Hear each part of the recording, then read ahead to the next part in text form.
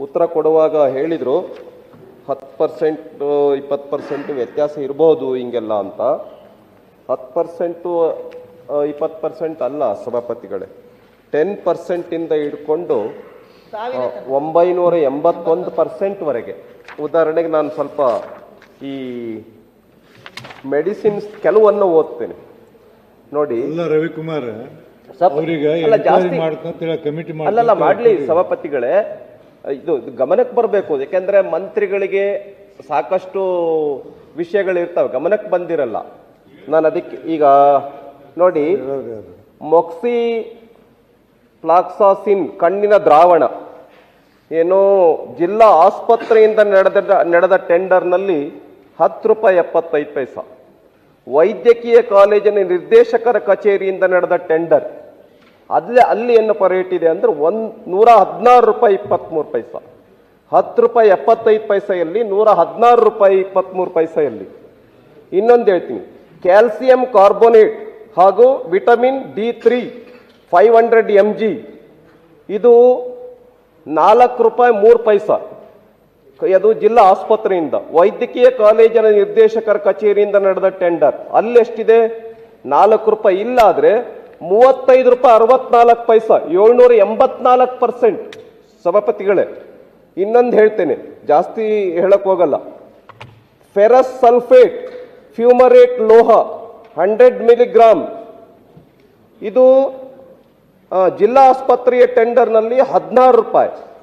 ಆಮೇಲೆ ವೈದ್ಯಕೀಯ ಕಾಲೇಜು ನಿರ್ದೇಶಕರ ಕಚೇರಿಯಿಂದ ಟೆಂಡರ್ ಏನು ಕರೆದಿದ್ರು ಅಲ್ಲಿ ₹121. ₹16 ₹121, 658%.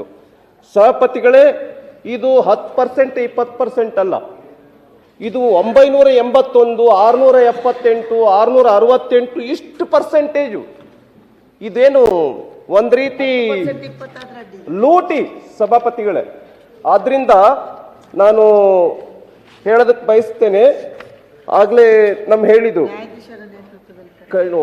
ಅಗ್ರಿಮೆಂಟ್ ಏನ್ ಹೇಳುತ್ತೆ, ಒಪ್ಪಂದ ಏನ್ ಹೇಳುತ್ತೆ ಟೆಂಡರ್ಗೆ ಅಂತ ಹೇಳಿದ್ರೆ ನೋಡಿ, the contract will be awarded to the single over lowest bidder and not to the lowest bidder for the individual items. Individual ಐಟಮ್ಸ್ಗೆ ಯಾರು ಇಂಡಿವಿಜುವಲ್ ಅಂದ್ರೆ ಯಾವುದೋ ಒಂದು ಮೆಡಿಸಿನ್ಗೆ ಸಂಬಂಧಪಟ್ಟಂತೆ ಯಾರು ಕಡಿಮೆ ರೇಟ್ ಹಾಕಿರ್ತಾರ ಅದಲ್ಲ, ಓವರ್ ಆಲ್ ಎಲ್ಲ ಮೆಡಿಸಿನ್ಗೆ ಸೇರಿದಂತೆ ಯಾರು ಕಡಿಮೆ ಮೊತ್ತದ ಅಲ್ಲಿ ಮೆಡಿಸಿನ್ ಕೊಡ್ತಾರೆ ಆ ಒಪ್ಪಂದಕ್ಕೆ ಸಹಿ ಹಾಕ್ಬಿಟ್ಟು ಟೆಂಡರ್ಗೆ ಹಾಕ್ಬೇಕಾಗಿತ್ತು ಅಪ್ಲಿಕೇಶನ್.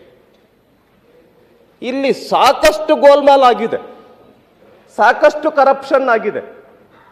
ಆದ್ರಿಂದ ಸಭಾಪತಿಗಳೇ, ಇದಕ್ಕೆ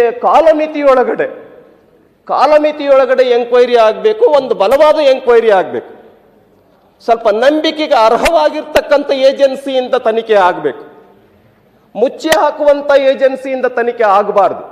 ಆದ್ರಿಂದ ಸಭಾಪತಿಗಳೇ, ಈ ರೀತಿ ಈಗ ಬಡವರ ಕಥೆಯೆಲ್ಲ ಏನಾಗ್ಬೋದು? ಆದ್ರಿಂದ ಬೇಲಿಯೇ ಎದ್ದು ಹೊಲ ಮೇಯ್ದಂತಾಗಿದೆ. ಆದ್ರಿಂದ ಸಭಾಪತಿಗಳೇ, ಇದ್ರ ಬಗ್ಗೆ ತಮ್ಮ ಮೂಲಕ ಸರ್ಕಾರಕ್ಕೆ ನಾನು ಗಮನ ತೆಗೆದುಕೊಳ್ಳಕ್ಕೆ ಹೇಳ್ತೇನೆ.